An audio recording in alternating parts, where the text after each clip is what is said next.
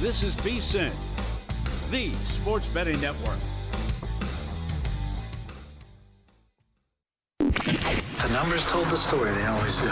It's one of those idiots who believe in analytics. This is a numbers game with Gil Alexander on VSiN. Good Wednesday morning to you. It is a numbers game at VSiN, the sports betting network. VSiN.com, Game Plus, iHeartRadio, YouTube TV, and of course, Sirius XM channel 158. However you're taking us in, we appreciate it. You don't have to do them all at once. Just one of them works. We appreciate that. It's Gil Alexander alongside my little buddy Kelly Billen. And when I say little, he is disappearing before our very eyes, despite gaining a couple back. Very on upset vacation. about that. Yeah, you actually made me feel better about that on the air yesterday. Yeah, take them off. The vacay pounds, they were added.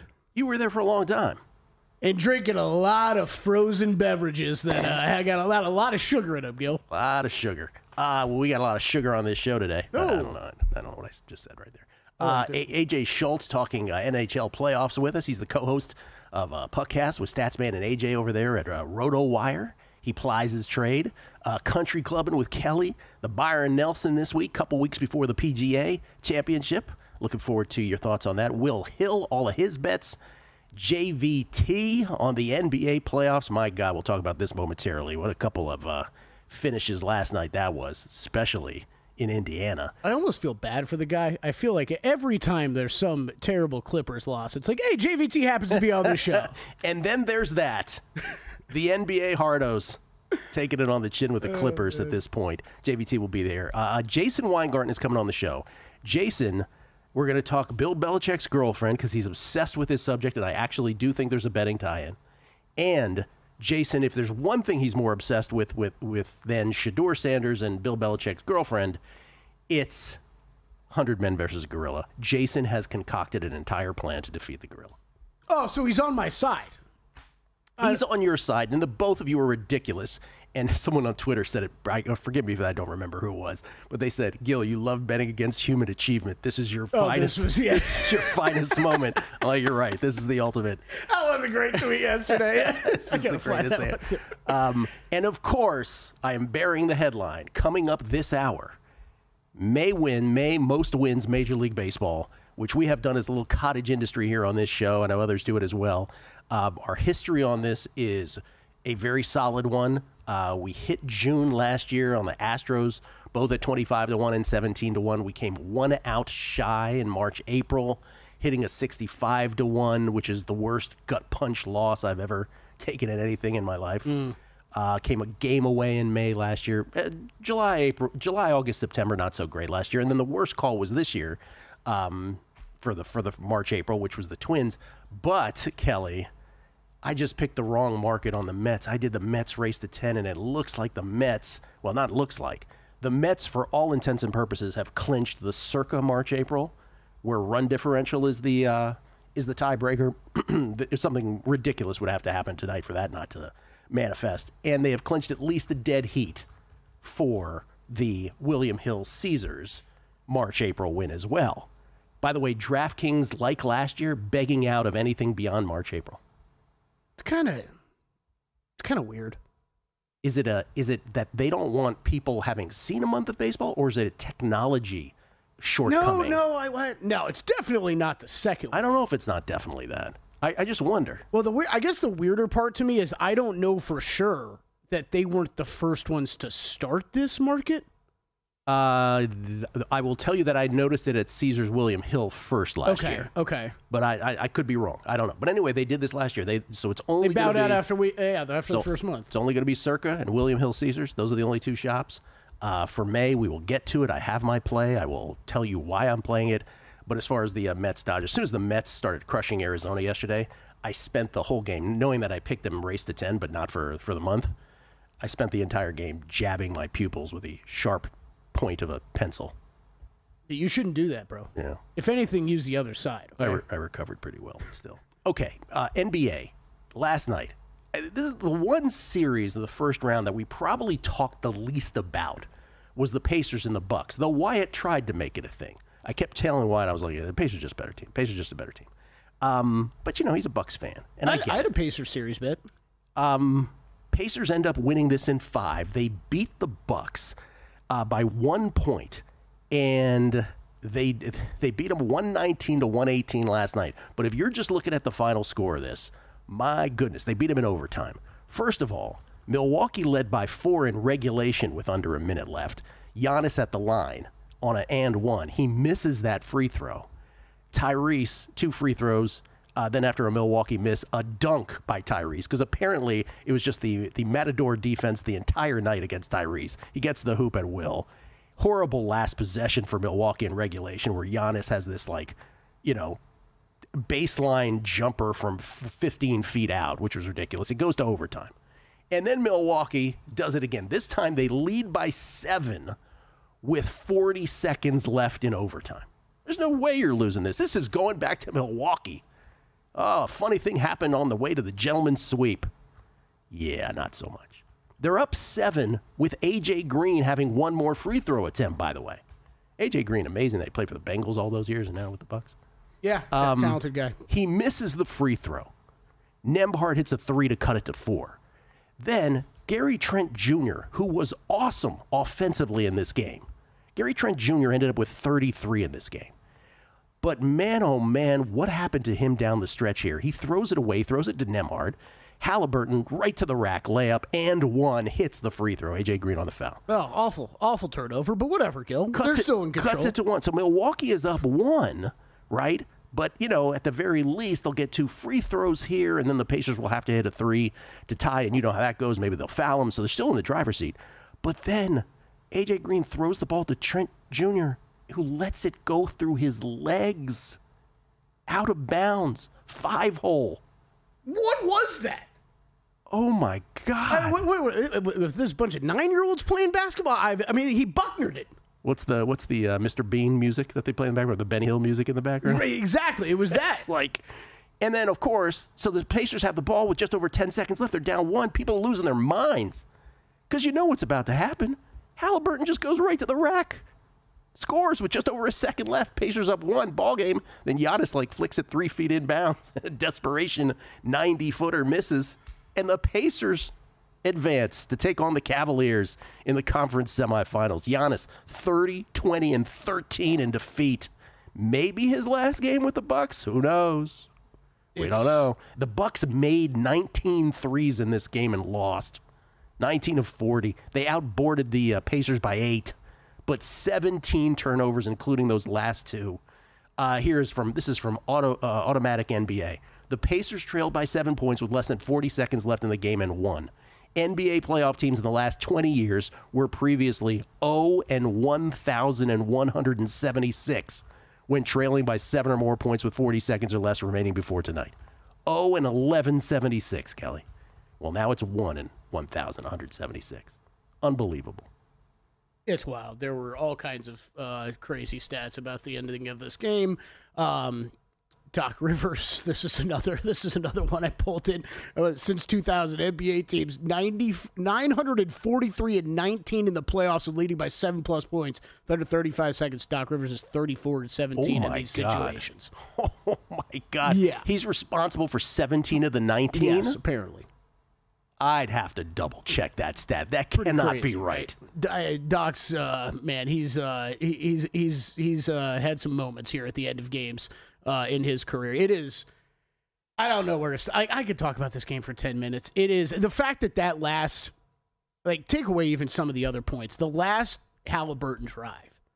I mean, it's Tyrese Halliburton versus Giannis Antetokounmpo, and it is clear everybody out. Giannis, Defensive Player of the Year, 2-time Defensive Player of the Year. I mean, squaring up against Tyrese Halliburton, and he goes right by him. Right by him for an easy layup. And that is, it's tough for me to say that, Gil, after Giannis, who, yes, there's no secret. I love Giannis and Josh Allen above anything else on this planet, so I will always defend him. The dude showed up like a gladiator last night with Damian Lillard out, and everybody writing this team off. And all these rumors swirling of, is Giannis going to be here next year? Where is he going? Is it going to be Miami? Is it going to be Brooklyn? And that dude still showed up in a Bucks uniform and put up a 30-20-13 game and played like an absolute beast. I mean, he controlled that entire game. And, yeah, they needed the points from Gary Trent Jr. and the Pacers stormed back in the second half and end the season. But, man, it's tip of the cap to you, Giannis, because that was a hell of a game, and you put up a heck of a fight. And you see Giannis had to deal with Tyrese's dad after the game. Did you see the inside the NBA exchange on this? No, I did not. Oh, my God. But his father should not be allowed at an NBA game. No. But that was about as heated a debate as there was ever on that show. Charles and Kenny taking the side what you just said, which is he should never be on the court after a game, let alone taunting somebody, father or not. There's no difference between a fan. It's a fan on the court. And Shaq ridiculously taking the other side. You should be able to deal with that. That's part of the territory. It's like it was just a ridiculous debate. Also, what else? How better could Giannis have handled that? Oh, he handled it fantastic. I mean, he just looked back at here. So, bottom line here, we have our first conference semifinal series. And, you can't bet on anything unless it's installed, Kelly. And they installed the Cleveland Cavaliers as only, I'm going to use that word, a minus 450 favorite with the Pacers plus 350 coming back. Are you surprised? Is that short? No, a little bit. I mean, we guessed this one a little bit yesterday. We thought it would be a tick We thought higher. it would be a little higher than this. So, look, it's going to be look at Cavs or nothing. But I understand the popularity around Indiana right now. You've got to, Eastern Conference is tough to separate in your mind from what you're seeing in the West versus the East, and that the top two teams in the East I still think are such a notch above. I do too. I think it's going to end up being the Knicks getting through, and the Knicks and Pacers are not bad teams. They are good teams, but there is still a very big separation in tiers between where they are at and where the Cavaliers and Celtics are at. We'll get to the rest of the NBA last night with Will here on the other side. Will Hill joins us to discuss not only the association, but everything he's betting in Major League Baseball as well today. It's a numbers game at VSiN, the Sports Betting Network.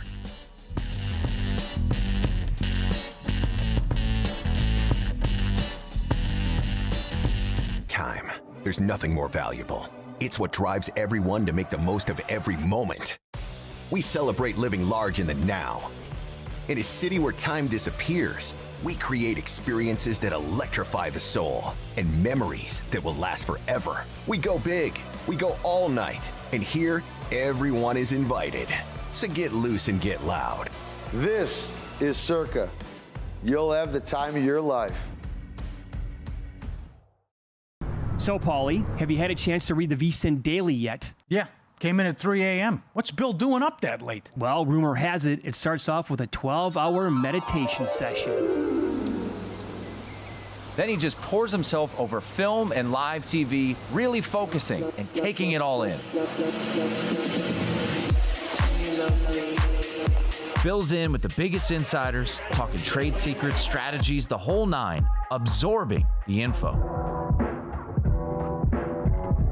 And then and only then can the writing process begin.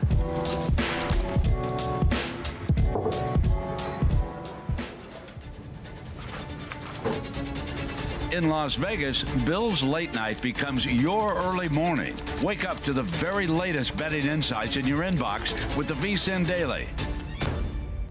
Sign up for free at vsin.com/newsletter.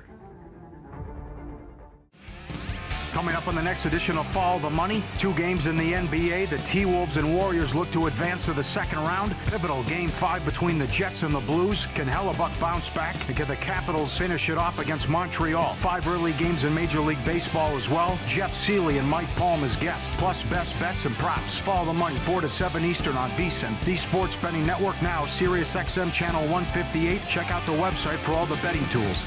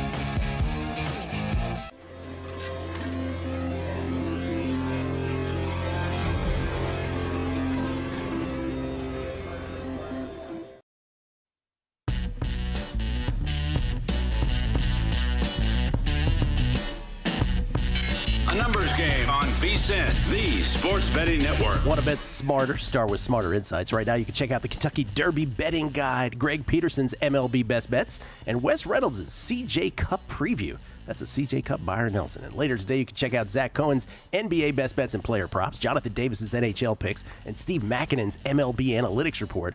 Right now, you can sign up for a summer special for only $59 for full VSiN Pro access until August 1st, that is. Just head to VSiN.com/subscribe to sign up today. We get tweets at Beating the Book. Always appreciated. Jeremy Larson.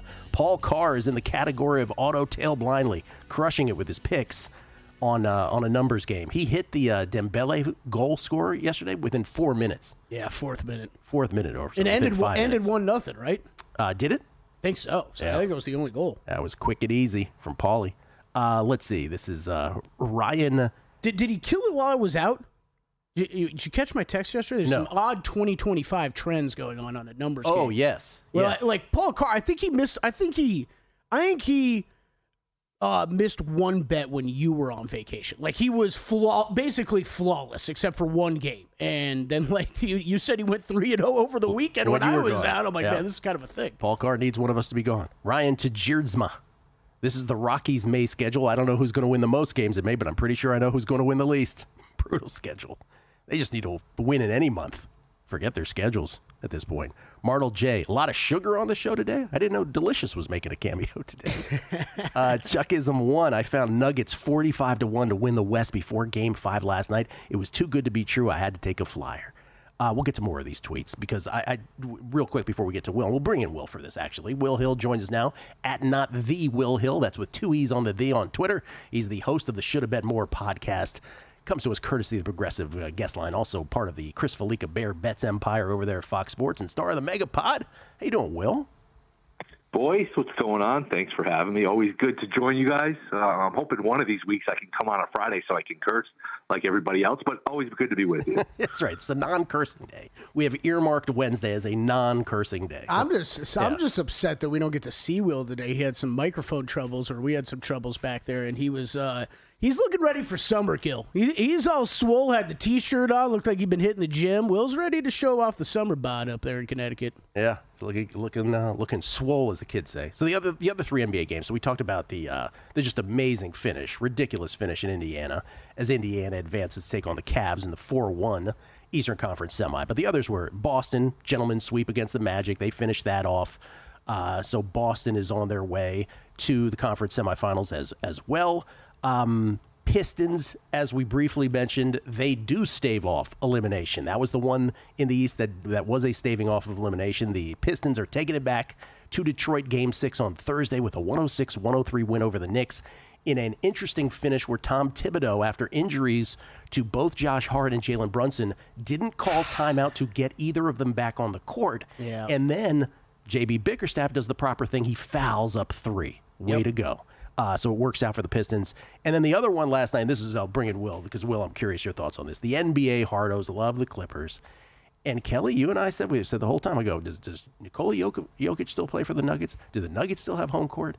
And the Nuggets roll last night, 131-115. Game 6 back in Los Angeles on Thursday night as the Clippers try to stave off elimination. Will, do you have a play on any of those Thursday night games or any of the 2 tonight? Obviously, the 2 games tonight, Warriors and Rockets, Lakers and T-Wolves, as both the Lakers and Rockets down 3-1, but on their home courts tonight in Game 5. Yeah, I have plays in just about everything, and I am still, however many hours later, just stunned at Bucks Pacers, because I was doing VSiN primetime with Matt Humans, and I turned the channel. Matt Humans, the Pacers were the one. I said, how is it possible? It was, 7 was shooting a free throw with 40 seconds left, and it's coincidental that Greg Anthony was doing the game for NBA TV, because the other great Pacer comeback in history is the famous Reggie Miller, 8 points in 9 seconds. I'm not sure if you mentioned this at the beginning.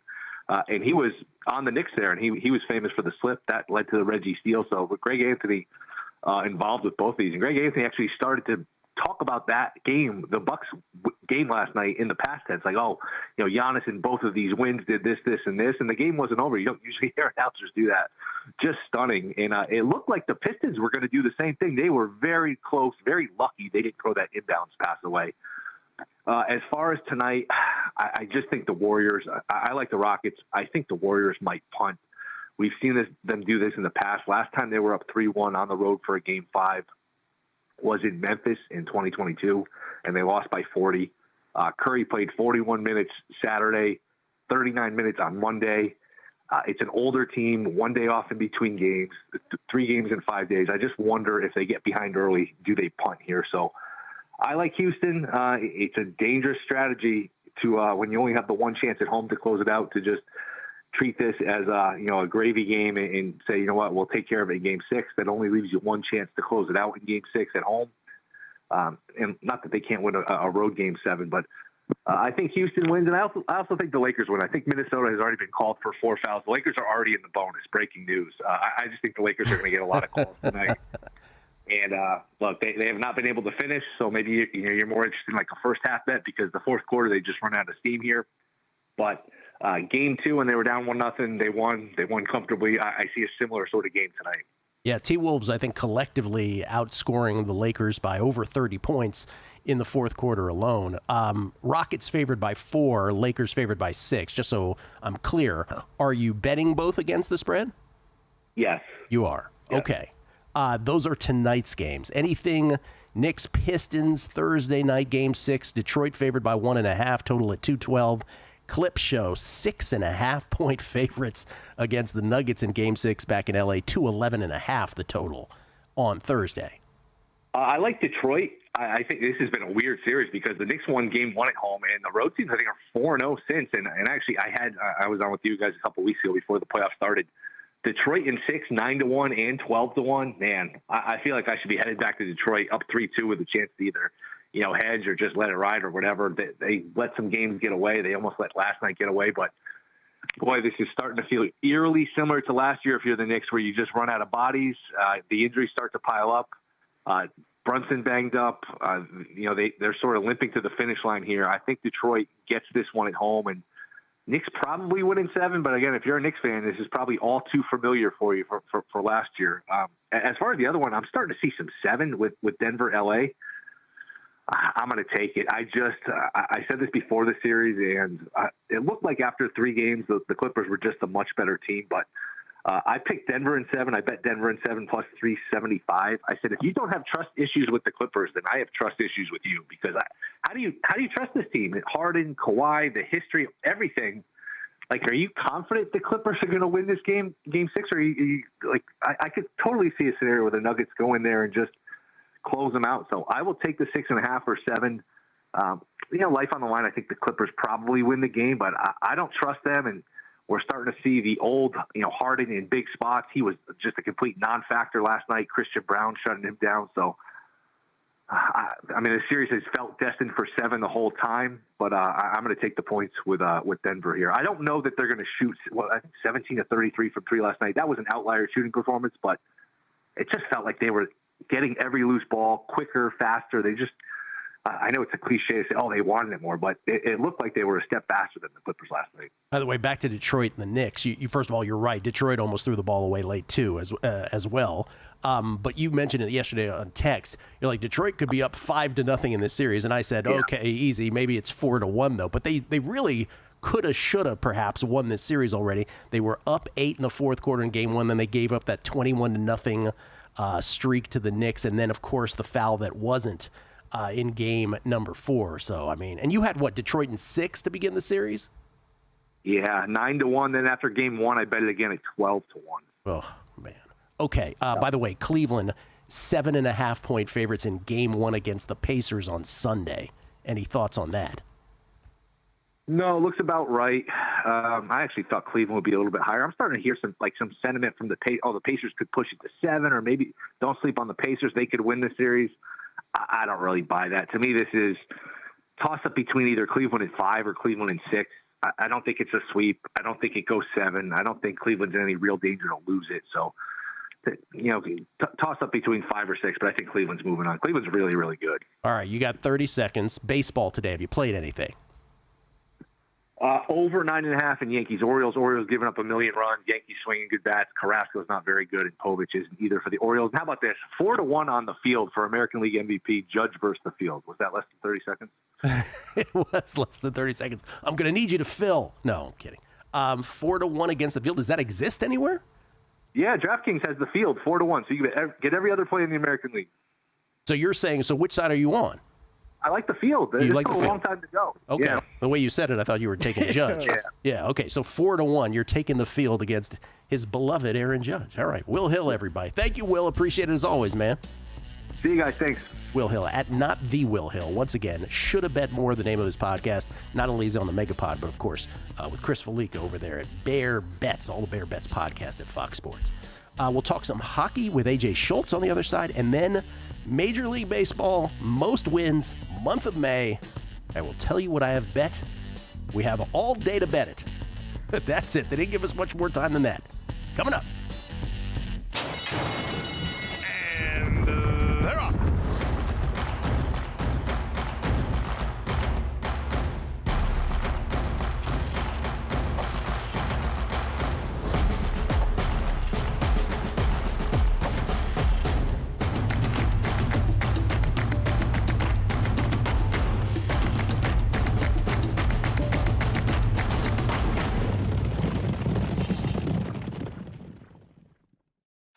Masters to the Derby, playoffs to the draft. We have your summer covered with a VSiN Pro subscription for just $59 until August 1st. That means expert picks for every major event, exclusive betting splits from DraftKings and Circa, 24/7 video access on the VSiN Watch app, as well as betting guides for the Kentucky Derby and the NFL. Sign up now at VSiN.com/subscribe for just $59 and join us on the Sports Betting Network.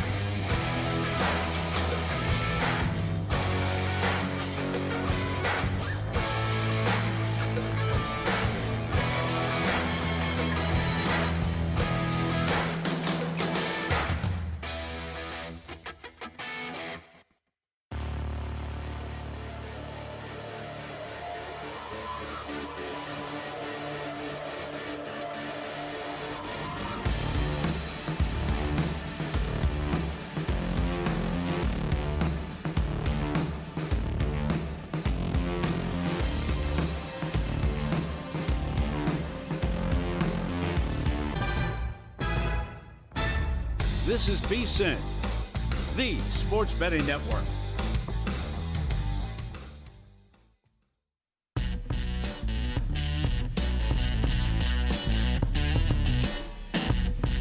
A numbers game on VSiN, the Sports Betting Network. You know, Kelly, usually I read through these promos, and they often don't really move me, but this one is something. This is a deal from the good folks at Circa. This summer, you can go all in at Circa Las Vegas with the ultimate getaway package, just $400 all in. Listen to this. 2-night stay at Circa, a $100 dining credit, a $100 beverage credit, and your very own day bed at Stadium Swim, where the party don't stop. Doesn't say don't stop in the promo, I just went there. All for just $400. Resort fees and taxes are included in that, so not additional. This limited time offer is valid for stays between May 26th and September 4th. Don't miss out. Lock in your all-in summer package now at circalasvegas.com. That is one heck of a deal. It's an amazing deal. This is go check out what Circa prices are like on weekends during the football season. And then you'll realize how great of a deal this is. Very rarely, Gil, do I grab... This is what I did when the first time I saw this. I went into our graphics of where they're stored, copied this image, and then texted it to like 8 people. And I was like, by the way, if you're thinking about coming out this summer, sure. utilize this. 100%. Dr. Bob was telling me yesterday he wants to come out. I should have mentioned this to him. Yeah. I got a deal for you. We get tweets at Beat of the Book. Ian McDonald agree with Kelly's comments about Freak's effort last night. No question about it. Also, he says, this is from CRG Future. He said, John Halliburton, that's Tyrese's dad, is lucky Freak showed incredible restraint and didn't knock him into next week. Totally agree. I don't know what Shaq was talking about. That was ridiculous. I mean, and this is like, unfortunately, like until we're not going to have big changes when it comes to stuff like this until something like that happens. And Giannis wasn't even... he was great. Yeah, I mean, he wasn't even over the top yelling at him, I thought. Like, sure, there was the kind of like in his face moment, but it's a fan on the court. Get off the court, bro. And I don't care whose dad you are. Charles Barkley made the point. Imagine if some dad did that to Tyrese Halliburton after they got knocked out of a series. Tyrese's dad would lose his mind. And a couple things I can guarantee you. Shaquille O'Neal and Charles Barkley would not have handled that nearly as well as Giannis did. Oh, Charles would not have. Stringfellow Hawk, going to miss Jason's gorilla breakdown as my wife's giving her doctoral dissertation this morning. I'll catch it on the podcast. First of all, Stringfellow, tell your wife, break a leg, good luck to her. Also, your choice between that and the gorilla dissertation is a curious one. Well, maybe it's a doctoral dissertation on the gorilla. On the gorilla, yeah. Shrek McPhee, seeing this quote from Dion during his draft makes the entire Shador situation much more believable. Different times, but not very different attitudes. Self-inflicted, he said. And this is the Dion quote from when he was being drafted. And I remember this draft unlike any other. He said, I was in the Giants room. This is Dion back in 1989. I was in the Giants room. They sat me down and gave me a thick book, thicker than a phone book. I said, what's this? They said, this is our test we give all the players. I said, excuse me, what pick do you have in the draft? They said, 10th pick. I said, I'll be gone before then. I ain't got time for this. And I left.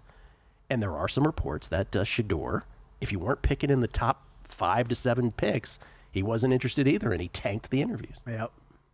And then Matt F., a gentleman's sweep only occurs when it goes WWWLW. The L after up 3-0 is the gentleman part, as if you let them win one, so it wasn't a sweep. Any other 4-1 win is not a gentleman's sweep. Matt, I agree with your literal interpretation of a gentleman's sweep, but do you really think the Orlando Magic did not get gentlemen swept out of the Celtics series? They did not follow that format either. So I'm just saying, there should be a little leeway here.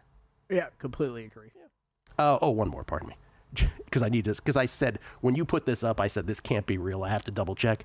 Jack, the guy who tweeted that ridiculous Doc Rivers stat that Kelly gave, later tweeted, I made this up because StatMuse didn't have the actual numbers. I knew that couldn't have been real. That could not have been real. Let's talk some hockey. First time ever on the show, AJ Schultz, editor for RotoWire, co-host of the Puckcast, which he does with Statman and AJ. You can follow him on Twitter at AJ Schultz24. That's SCHOLZ. Joining us now, courtesy of the Progressive Guest Line. How you doing, AJ? I'm doing great, guys. Thanks so much for having me on. Really appreciate jumping on with you this morning. Let's for the Vegas. Well, thank you for coming. The Vegas Golden Knights fans last night had a heart attack, and then they end up winning.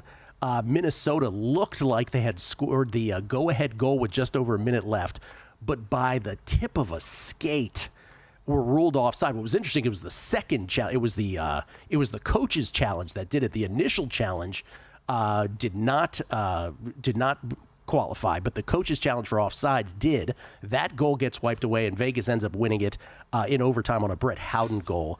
How you feeling about the Knights in this series? Can the Wild recover from something like that? Absolutely.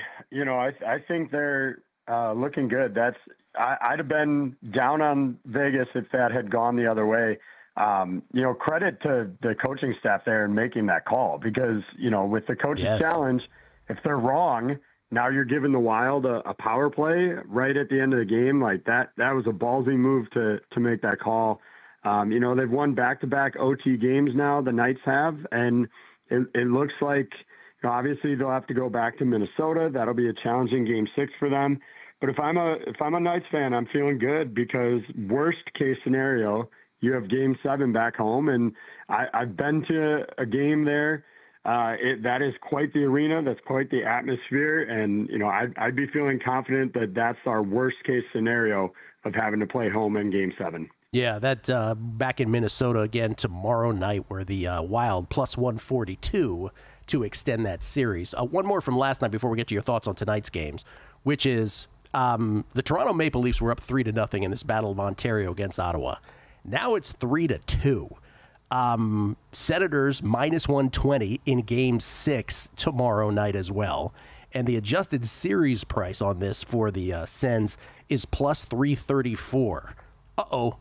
Would you consider this plus 334 at all? 100%. 100%. I definitely would look at that. You have to imagine Ottawa. They've got the momentum. It's a real thing in hockey.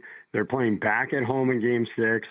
So then you're getting Game 7 toss-up. And while I was just saying Vegas has to feel great playing at home in Game 7, if Toronto, the team that's dropped the first-round series for the last, 10 years, whatever it is, has to now go to Game 7 after being up 3-0, that's not a confident group coming back. So I like both those prices. I like the minus 120. And I would seriously consider that plus 300-ish, whatever it was, for Ottawa as well. That would be for a franchise that has not won a Stanley Cup since 1967, talking about the Leafs, of course. That would be the cruelest of all exits. Oh, my goodness. Yes. After having looked like they were just rolling here up 3-0. And that has happened a handful of times in the history of the NHL playoffs. So it is still a rare occurrence, not quite as rare as in other sports, but still a very rare occurrence to come back from a 3-0 deficit. Tonight we have a trio of games, AJ. I'm curious your thoughts on either or on any of these where the bets are. The Panthers look to close out the Lightning in Tampa. They're up 3-1 in the series. That game is a coin flip. Caps look to close out the Canadiens in 5. Caps are a minus 170 favorite. And then out west, the Blues and the Jets knotted up at 2 apiece. The homestanding Jets tonight in Game 5, the President's Trophy winners. They are minus 172. Any thoughts on any of those? Yeah, for Washington, I like them on the puck line. You can get around plus 140 on the puck line. And I think, this is a good opportunity for them. One, they're playing at home. You've got Alexander Ovechkin. 2 of their wins in this series have come by at least a 2-goal margin. And you've got Montreal. They're not going to likely, it's not official yet, but likely aren't going to have starting goaltender Samuel Montembeault available. Jacob Dobbs has looked fine. But he's a 23-year-old netminder going up against the Caps, who are one of the best teams in the league, in a elimination game. Like, it just feels like a little bit too much for the youngster there. So I like Washington on the puck line there to get a little bit of value. I like Ovechkin to score in this one. I think those two pair up really well. You can get Ovi, anytime goal scorer, about 110. Single game parlay those together would be my play on that one. And then over to in the Jets game, I'm looking at the goaltending odds prop for that one. You can get Hellebuyck. I'm actually going to take him under 21.5 shots at plus 105. They have, when they've won their first 2 games, the last 2 have been a disaster for Winnipeg, no question about it. But the 2 games they won, they actually limited the shots that Hellebuyck had to face.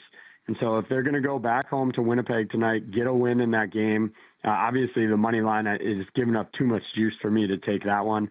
But Hellebuyck goal prop, I think under, if they can limit the amount of shots he faced, they should come away with a victory.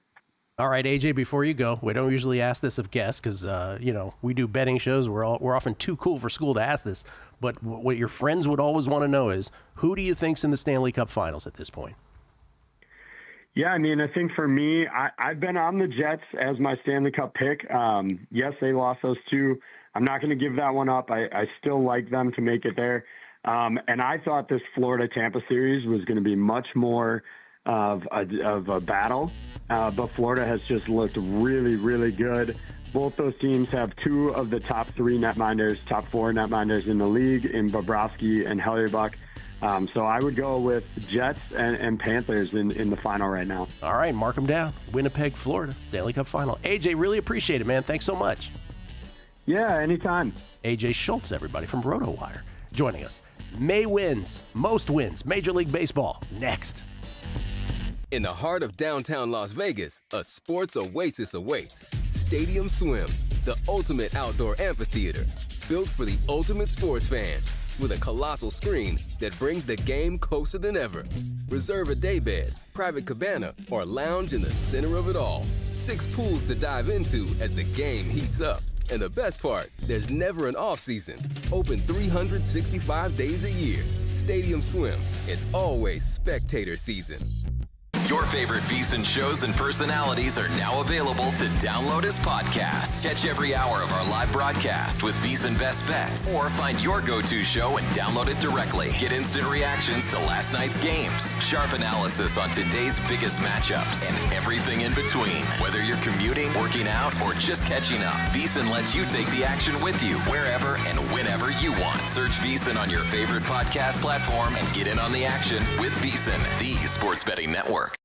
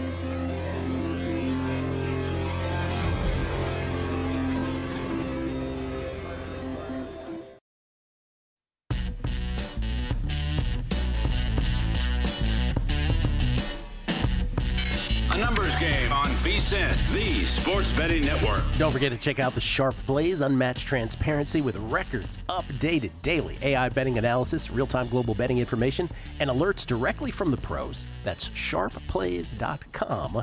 Check them out. We get tweets at Beating the Book. Always appreciate the feedback. Burner at Bernerachi. I like that Twitter name, Bernerachi. Love how the show is evolving. I don't know about you, but I definitely need more more gorilla talk, more underestimating the human race, and more deep sea fishing. Wait, and Kelly has a pharmacist brother? We need a separate segment on that alone. You want to hear the funniest story about that, actually? So I was around my brother at Christmas time. I didn't know he was a doctor. What? So he doesn't really talk about this, but my brother was he was sick a little bit in college while he was in college, so he missed a little bit of time. I didn't know he's a pharmacist. I didn't know he was a doctor. So I brought up how, I don't know, made fun of him basically for not being a doctor, and he was like, well, actually, it's quite an embarrassing moment. Actually, producer number 9. It was quite an embarrassing moment. Brian M., the Circa all-in package includes a guest spot day 2 on a numbers game if Kelly's out with brown drinks your first night there. And Dan Groeschel, Shaq's bit has grown tiresome to me. At halftime last night, Jokic was 3 of 9 shooting for 11 points, 8 assists, and 4 rebounds, and his team was up 8. Shaq thought Jokic wasn't playing well. I used to enjoy their show, but now it's unbearable. I still enjoy the show, but I will say this. Shaq goes to the 4 rings thing way too much. Every discussion now is 4 rings. He's the weakest link of that show. He is the weakest link. They would be fine without him. Okay, ladies and gentlemen, it's time. You excited, Kelly? I'm very excited for this. You don't have to answer that. No, I am. I'm sorry. I'm texting you Rob Moreno's gorilla research, which is really important. We're going to get to later. I'm about to do May most wins in Major League Baseball, and all these guys can think about is the gorilla dissertation. Just wanted to make sure you had up from Jason. Wanted to make sure you had important information ready. Okay, I appreciate that very much. It's my job. Once again, in case you missed it earlier, we did this all last year. It was the first time that books ever did this, to our knowledge, was last year. I just happened to, the day before the Major League Baseball season started, I just happened to I don't have much else. There's no tennis today. Mm-hmm. Let me peruse, because there's not thousands, but hundreds of Major League Baseball markets available, and they had the most wins. And it was amazing. Cleveland Guardians, 65-1. It came down to April 30th, and Hunter Gaddis gave up a home run to John Singleton with 2 out and 1 out away from winning, 65-1. Never mind. It hurts. We ended up winning in July, though, on the Astros, 25-1 and 17-1, respectively, at 2 books. We didn't think they were going to continue, or we weren't sure they were going to continue. We weren't sure they were going to continue. Yeah. It was for us, it's such a great way to talk Major League Baseball, because as opposed to dealing with a 162-game slate and you can drift off, you're always engaged with monthly bets. And there's a lot of opportunity here, I believe, from a betting perspective. So the first thing, by the way, March, April, once again, just to put this up real quick, the Mets, sadly, I bet them race to 10 and not most wins March, April. I bet the Twins. They didn't even come close. Mets, 21-9, Dodgers, 20-10 going into tonight. At Circa, the Mets have almost completely clinched. There would have to be a 26-run turn of events tonight between the 2 games. The Mets would have to lose, and the Dodgers would have to win by that amount for it to go a different way at Circa. So Mets are going to be the Circa champions. Could be a dead heat at William Hill Caesars, but again, one combination of the, if the Mets win or the Dodgers lose, it's the Mets outright on everything.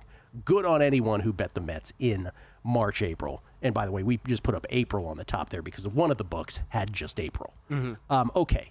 For May, DraftKings does not have this. This is only at Circa. This is at William Hill Caesars. Circa and William Hill Caesars, the only 2 shops that are doing this. Remember the rules. At William Hill Caesars, if it's a tie at the end, it's a dead heat. That's never fun for bettors because it's not just a split. There's a little more math involved, and so you just always feel lesser than. Kelly knows this from golf in terms of top 10s and top 5s and that kind of stuff as well.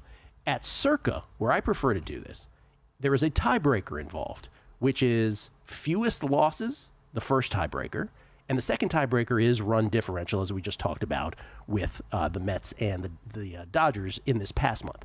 First thing you do is you just take a look at what's the total number of games being played by each club, each of Major League Baseball's 30 clubs in any given calendar month. And so for the month of May, Kelly, we have a bunch of teams, most teams, more than half of the teams, play 28 total games in the month of May. I don't know if you know this, Kelly, 31 days in the month of May. Are you aware of that? Yes. Okay. Then there's 8 teams that play 27 games. You see them listed on the screen.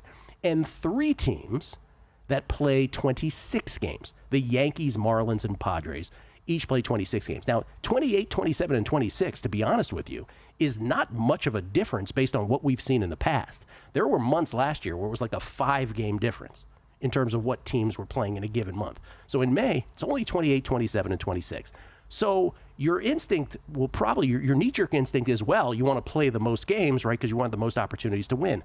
But at Circa, where the tiebreaker, again, is fewest losses, not the worst thing in the world to play 2 fewer games. So I was going through this, and I'll tell you, there were 5 teams that caught my eye. And I'll go through the 4 that I didn't take first. And the 4 that I didn't take first, just to give you an idea of some of the candidates here. The Chicago Cubs, William Hill opened this yesterday or the night before, so like 36 hours ago. They opened the Cubs at 14-1. They got bet down to plus 450. Circa opened them a little less than 24 hours ago yesterday. They opened at 4-1. They're at plus 425. So they are the short shot in both of these. These are the Circa numbers that we are showing on the screen. Cubs plus 425, the short shot. Now, I looked at the Cubs, and they do have a lot of easy opponents, right? They play the Pirates, they play the Marlins, they play the White Sox, they play the Marlins again, they play the Rockies, for goodness sakes. But I couldn't play them not only because of their short number, but some of the good teams they played are really good, right? They play the Mets 3 times, they play the Giants 3 times. They play the Reds, by the way, who have a plus 43 run differential. They play them 5 times. They play the Brewers. So if you do the exercise, and this is just one way to sort of quantify this, if I did the current run differential 1 game before the end of April, the current run differential for every single team in the Major League Baseball standings, and just added and subtracted, right, just did the aggregate of them, the Cubs, end up playing a schedule with an aggregate of minus 70 runs. Minus 70. Okay. That's not that great, by the way. I was shocked at how short their odds were. Not that great. It's way too short for the Cubs. Now, if you bet them, great. I just did. The number's too short. It wasn't for me. The other couple I thought of, the Detroit Tigers was an interesting one for me. They went from 14-1 to 9-1 at William Hill. They went from plus 1175 the other way to plus 1225 at Circa. Those are the current prices. They play the Angels and the Rockies early, but then the rest of their schedule, there are no patsies the rest of the way. So while that was tempting, I didn't go with them. A third team that was not tempting that was tempting, but I didn't go with, was the Giants. Giants from William Hill went from 20-1 to 9-1. In Circa, they've gone from 12-1 to plus 1250, so a little tick the other way. Huh. They do play the Rockies, the Athletics. Sorry, Athletics, I didn't mean to keep you in this conversation with the Marlins also. But, the rest of the games they played, Cubs, Diamondbacks, Tigers, Royals, Nats, Twins. I mean, it's a pesky schedule. That wasn't good enough for me either. By the way, just to give you a contrast, I said the Mets collective aggregate run differential of opponents minus 70. The Giants minus 335. The Tigers minus 510 because they play because they don't really play great teams, but they play a schedule of mediocrity.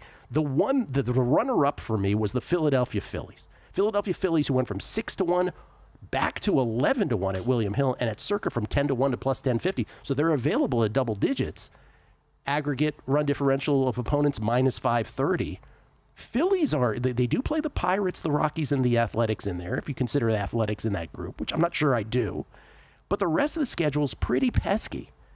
And I wouldn't hate it if you bet the Phillies, because I do think they're an underperforming team, but I'm just not prepared to just say that they'll break out of it this quickly. The team that I went with, the San Diego Padres. The San Diego Padres, who have gone from 16-1 to 14-1 at William Hill, and at Circa from 25-1, which is where I got them, to 10-1, still double digits. Look at that schedule. 3 against the Pirates, 3 against the Rockies, 3 against the Angels, 3 against the Marlins, 2 more against the Pirates, plus 3 against Toronto. The only teams with positive run differentials they play are the Atlanta Braves at +2, and then Seattle and the Yankees. It is the cakiest schedule you can possibly hope to have. And by the way, they got back Luis Arias in their lineup yesterday, and Jackson Merrill, last year's Rookie of the Year, Brandon Lockridge, Jake Cronenworth, all expected to come back in early to mid-May as well. That schedule has an aggregate of minus 536 opponents' run differential when added and subtracted up. The San Diego Padres, MLB most wins in the month of May from a numbers game right here at VSiN. Coming back with Gorillas and more. And we're out. Okay, give me 1 sec. I need to load funds into my